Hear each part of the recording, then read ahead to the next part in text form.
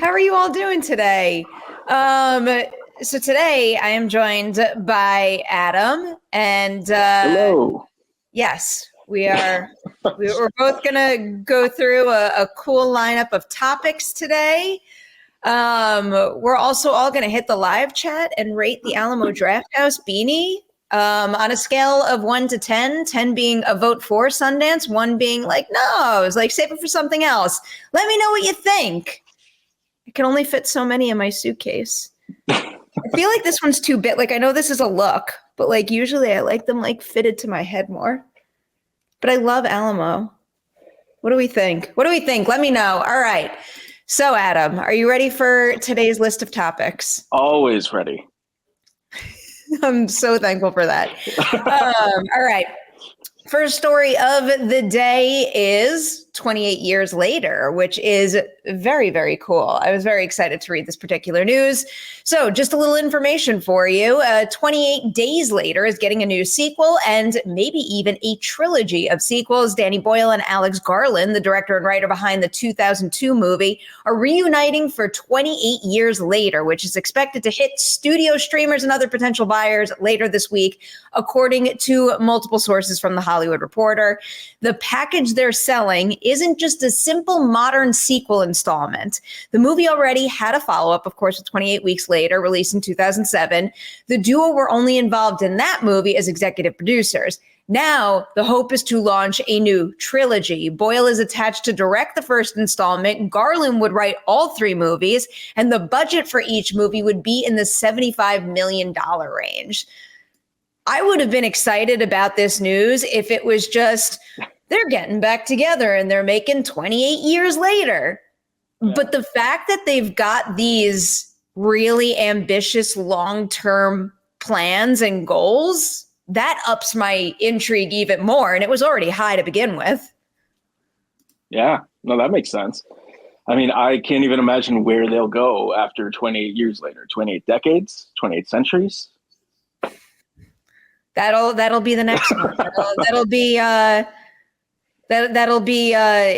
20. I mean, it's already dystopian, but some sort of, I guess they're not going to space because they don't have those tools. I'm very curious to see what they do. And I think I say this a lot with, I guess, horror franchises, mainly because I'm so focused on them and also because I have Scream on the brain in this respect. But it really applies to, I think, any film franchise out there. Even though I want new installments of my favorite franchises over and over and over, really close. I want them now. I'm greedy. A lot of times with certain ideas, I think you wind up with more material to explore, more new ideas to cover if you have such a significant break between the last film and the new one that you're working on. And, there's a lot of interesting themes and ideas that they can explore now that maybe would not have crossed filmmakers' minds back in, I was about to say 2007, but I guess it'd be pre-2007 when they wrote that movie. So yeah, not these two, but other people wrote that movie. So right. I think there's going to be a lot more to mine in this that maybe we don't see coming, which makes me excited. Yeah, no, it's very exciting. Yes, very exciting indeed, Adam. I am quite looking forward to that. All right, let's move on to our Supergirl casting shortlist. This news comes from Deadline, which is interesting news here. So according to Deadline, they're hearing that DC Studios is planning to test actresses soon to star in Supergirl. And three of the names on that list are Milly Alcock, Emilia Jones, and Meg Donnelly. Deadline goes on to say there is a chance that the studio could make a straight offer to a star, but all things are pointing towards screen tests for actresses, which will go down within the next month or so, we hear. And then it also notes DC Studios co-boss James Gunn is definitely part of the process as this is a character who likely will make its debut via a cameo in a DC project that isn't Supergirl. The search is ongoing for a director. So this is, I always take shortlist news with a grain of salt. I would like to think that Deadline has the sources to back this information up. You just never, and they note this in the piece too. You never know how it's going to pan out. It might be one of the names listed. It might be someone else. So we're going to see. But these three names I find very exciting. How do you feel about them, Adam? I'm excited just basically for Supergirl at all, because that was something that was sort of really lacking in the past, 30 years of filmmaking.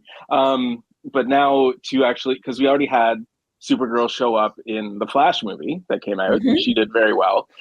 These future possibilities of Supergirl films and everything like that, along with starting with a cameo, just like that's how you build any good universe, I guess.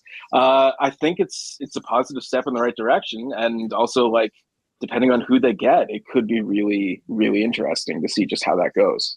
Yeah, I'm really open. I'm open to whatever they think is best, obviously, because Right. they probably know more than I do. Of these three names listed here, the only one that I'm not really familiar with is Meg Donnelly, and it's because she's largely worked on Disney material. In particular, I believe the Zombies franchise, which I have not really seen besides clips that I've used to prep for other interviews with folks who have been in those movies. So, like, I guess somewhat familiar, but not particularly with her as an actor.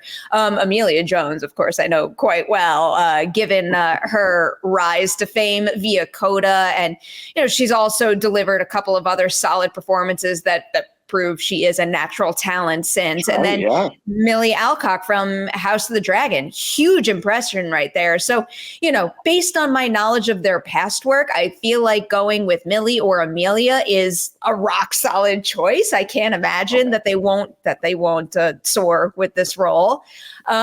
And then I'm sure if Meg Donnelly is on this short list, she's probably very talented too, and I'm just not aware of it. And I do like the idea of this being a launch pad for a very talented individual who deserves to be recognized on a wider scale. So if they go with someone I'm less familiar with, maybe even someone who's not on this list at all, I'm excited for the possibilities. And, we don't really have all that much to go on in terms of what the franchise might look like going forward. So I'm going to enjoy the open-minded stage of the process where the possibilities seem endless, and enjoy the options, enjoy the possibilities. It's also just so exciting. Anybody could be the next Supergirl. Yeah, that is an accurate statement of the situation. We'll keep you updated on the status of this casting as it progresses, and hopefully we'll have more information for you soon. I forget the actual date, but I believe the Superman movie has a start date. I don't have the article on me now, of course, and of course I didn't write it in my notes, but I believe that is coming up soon. So hopefully we'll get an answer on this in the near future. Our last topic of the day is the DGA nominees. This is my favorite time of year. I love celebrating talented people and the exceptional films that they make. The Directors Guild of America has opted to nominate Greta Gerwig for Barbie, Yorgos Lanthimos for Poor Things, Christopher Nolan for Oppenheimer, Alexander Payne for The Holdovers, and Martin Scorsese for Killers of the Flower Moon. Adam, how do you feel about this list? Is this how you thought it was going to shape up? I've seen, of those movies, I've seen Killers of the Flower Moon, I've seen The Holdovers, and I haven't seen Poor Things yet. But excuse me, and I just immediately forgot the other ones. But The Holdovers, that was such a fantastic movie for me to see. Like I went into it mostly blind, and I was so pleasantly surprised by everything that it was, if that makes sense. And I really enjoyed Killers of the Flower Moon. Like, again, I tried to go into it as blind as I could without actually knowing the history. Of course, I didn't know the history of it. And even then, there were surprises and there were everything like that. And of course, it's Martin Scorsese, so he's got just his own way of telling a story. And with these nominations, it feels strange to say it, but anyone's game. But really, even Greta Gerwig with Barbie, she's got such a strong history of her own films, and they all have that Greta voice, and it really, honestly, anyone could win, and I would be happy for any of them.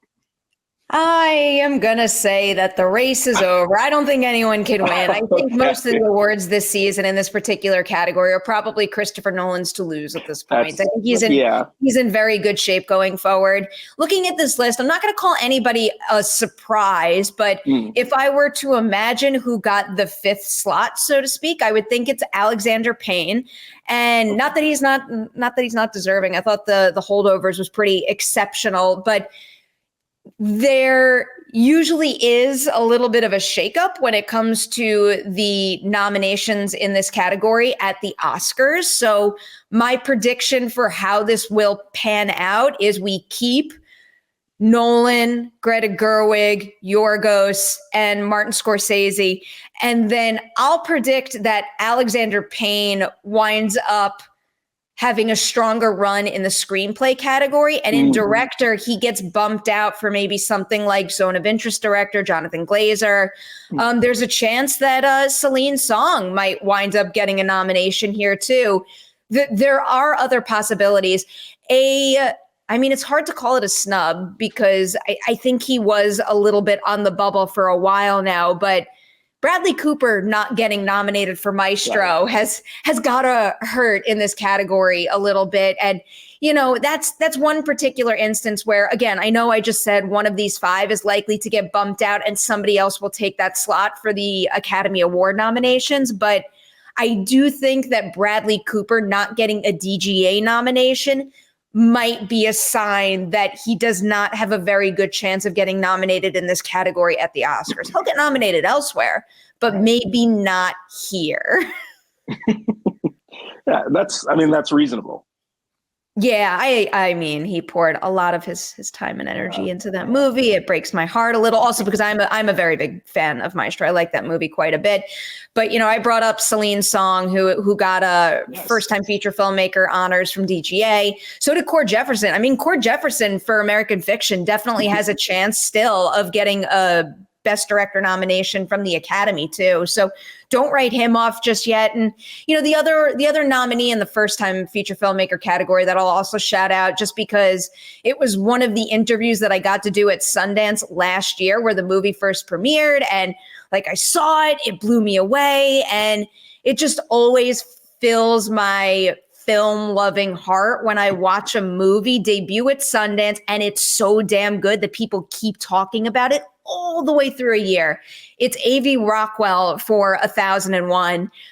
I'm very happy to see A.V. Rockwell on this particular list. I wish the movie was getting even more love. Tiana Taylor's performance in that is probably Best Actress nomination worthy. It's just there's so much competition in that category. And I think a lot of competition with probably stronger campaigns behind it, bigger names. It's very difficult to break through in a race like that. But in my personal opinion, that doesn't make her less deserving. She should be in there. So that's just my take on the matter. Yeah, that's a good take. Yeah, thank you for approving that. All right. Before we say goodbye, Adam, is there anything you would like to promote?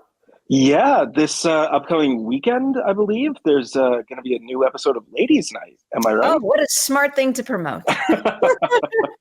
That's with Renee Rapp, and it's I can tell from having edited the interview, it's a fantastic interview, and there's a lot of really neat stuff in there.